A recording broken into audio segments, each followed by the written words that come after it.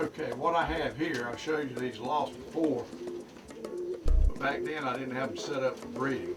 We set this one up for breeding, and we put capuchins in here. You can see I got some perches on the right hand side, and I got the nest boxes on the left hand side. This particular loft is 10 foot long, it's 5 foot wide.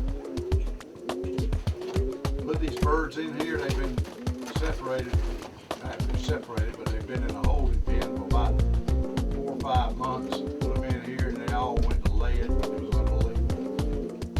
There's an advantage of that. The advantage is that all the babies will be about the same age, which when you breed them and band them and then vaccinate them, almost everything is done right.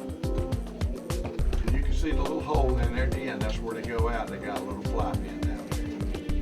But I want to show you this. In fact, I'm going to show you another one that I hadn't put any birds in yet. It's funny how you got nest boxes galore and then they still want to get on top of something. You lay and coo and all that. I've never figured that out. I guess that's just a personal thing with pigeons. There's somebody up there trying to breed, don't know what he's doing. And that red one show around. But anyway, I want you to see this. And I already had a couple of birds that hatch in here. That's how long they've been in here. And that shows you my proverbial cardboard box deal too. These are some I actually bought there, 12 by 12 by 12. And the right size. Advantage is they're easy to put up. We actually screw them to the wall with one little drywall screw to hold them. And you notice I got them up off the floor. Got some nest down there and I'm getting too old to bend over and check it. So I hope this is interesting to you. Might give you some ideas. But anyway, I want to take time to show it to you. Here's an empty one that's next door, right next door to the one I just showed you. This one's empty. Got the boxes in here. Got them set up. I want to show you what this looks like, and probably going to put swallows in here, Silesian swallows in this loft. Again, it's 10 foot long, 5 foot wide. As you can see, we have a perches on the right hand side just like the other. But that's it. It's really neat. The wire bottoms and everything is really quite neat to have this way. Color pigeon lofts featuring 28 breeds of fancy pigeons, high-performance Turner rollers. We have birds available at all times. Capuchins, Saxon monks, Saxon priests, Swiss crescents, ice pigeon, saints, frillbacks, archangels, starling, figuritas, old German owls, Chinese owls, satinets, swallows, Saxon shields, and much, much more. For breed availability, visit www.colorpigeons.com. For purchasing, pricing, and shipping info, call toll-free 1-800-527-0918. Hi, this is Jerry Gagne, Foy's Pigeon Supplies, oldest pigeon supply company in the United States. When Danny Joe approached us about being a part of this great project, we were really excited. If you're looking for pigeon supplies, if you're looking for pigeons, I hope you'll give us a call. Foy's Pigeon Supplies, we're on the internet, just type in Foy's. Or if you'd like to call us, it's 1-877-355-7727. Ask about our 204-page all-color catalog. We'd be glad to send it to you.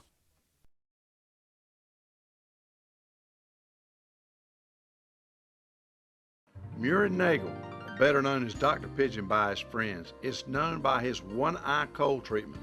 It's called One Drop, One Time. It only takes one drop, it only takes one time.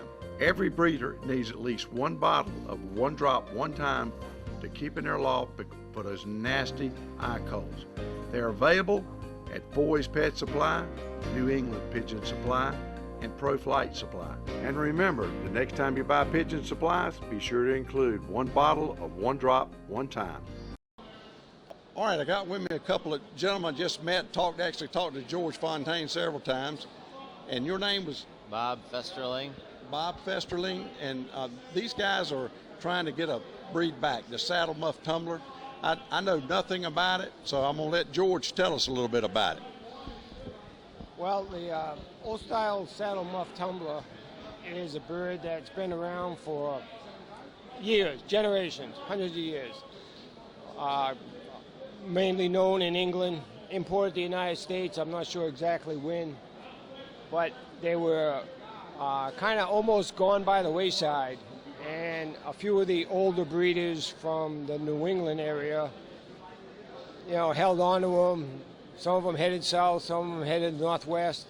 And fortunately, people like myself and Bob got into them, continued to raise them and breed them and start to showing them, so the birds are now making a good comeback.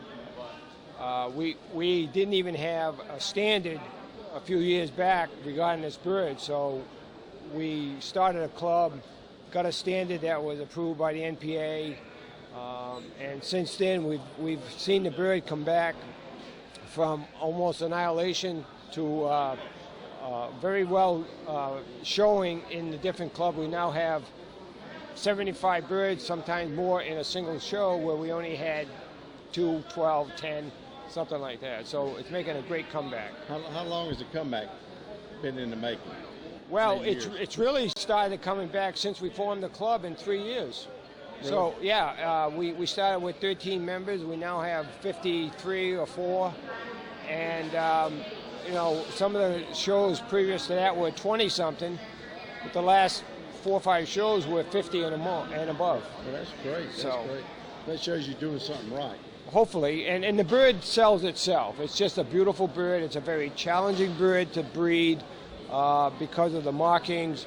And that's what makes serious breeders want to develop this bird. Used to be performing birds, just like some of the other pigeons that are in the rest of the show, the rest of the tumblers. And they originate the same place as the beetles did, which is in northwest England. And for some reason, the towns up there decided to establish these markings. And as George was saying, when I first started showing, they put me into the rare breeds aisle, and that's the only place you could show.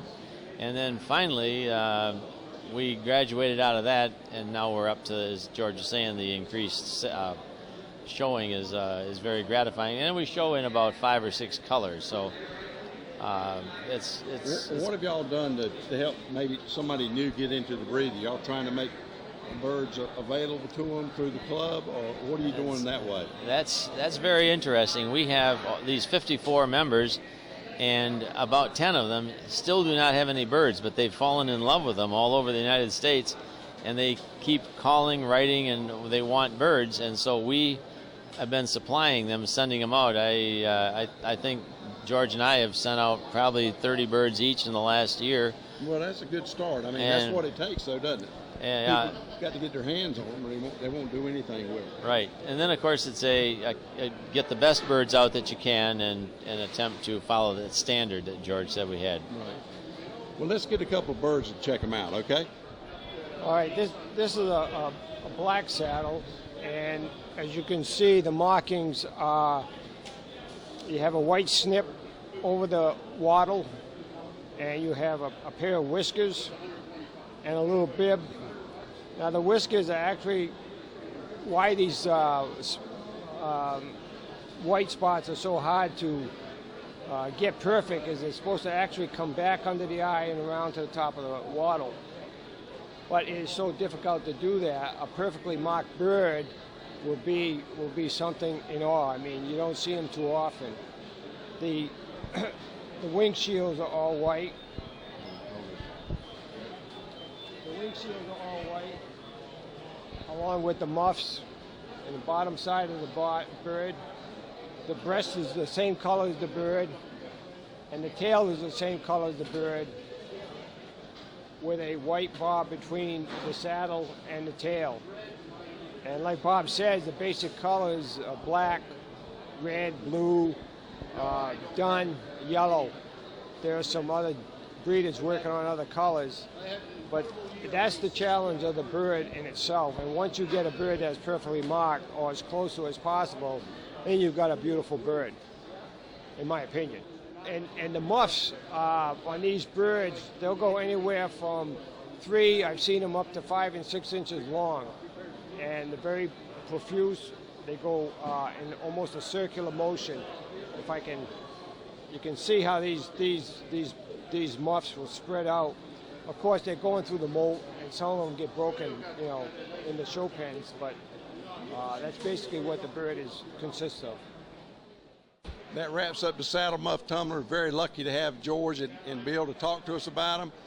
It's not a new breed, it's an old breed, but they're doing their best to bring this breed back. Like they said, it was almost gone. I guess we were talking to someone a while ago about the same thing. I guess fashion goes along with pigeons, if you think about it, because something gets good, everybody gets them, and then they kind of wane off. That's just normal. But anyway, that's the saddle muff tumbler. If you're interested in these, you need to contact these people through the, what's the club name actually? The Old Style Saddle Muff Tumbler. The Old Style Saddle Muff Tumbler is what you'll be looking for. So we thank you. We'll get right back to you in a minute with some more pigeon action. Okay, the first thing we're going to cover today is a new book.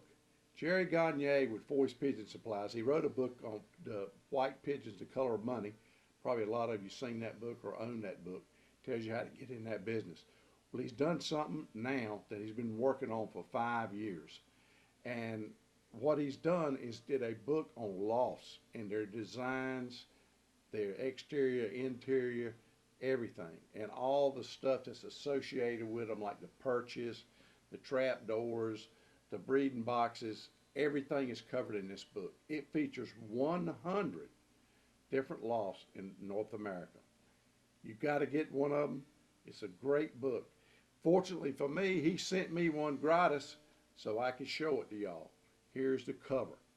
It's going to be a great book. I've been through it 3 or 4 times. I see something, to pick up something. Every time I go through it, I see something that I missed the first time. And let me tell you something, from my own experience doing this television show and having a website. When I go on my website and I look at the most viewed item in the photo album, the first page pops up and it's all different shots of my lofts. I've never really done extensive pictures of lofts, but people want this information. They want to see how to build these lofts. They want to make them pretty. They want to make them functional. This book has got it all. He's featuring 100 different lofts from 100 different people in this book. It's a great book. The price is $79.95. May be a little strong for you, but let me tell you something. This book is worth every penny of it. You'll get your money out of it the first time you go through it, and you can use it as a reference from then on. Because like I said, in my experience, people are interested in lofts. On my video activity on the viewings, the thing that has the single most views of all the sections of the TV show is one of the things I did on the first show, when I did a little thing based on mini lofts, where I went and put a fence up, and then I went and built mini lofts on the back side of the fence. So people are interested in this. This will help you. Talks about everything that you need to know.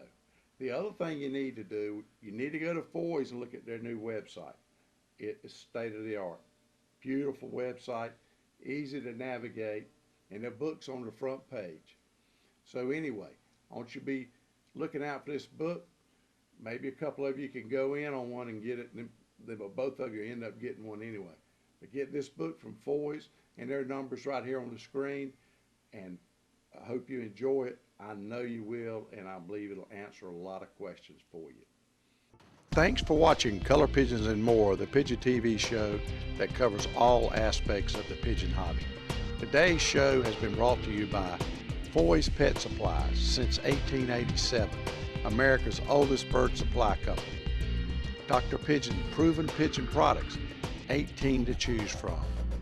Color Pigeon Lofts, featuring 27 show breeds and high performance rollers. Be sure to tune in for our next episode. Be looking for us right here on the web.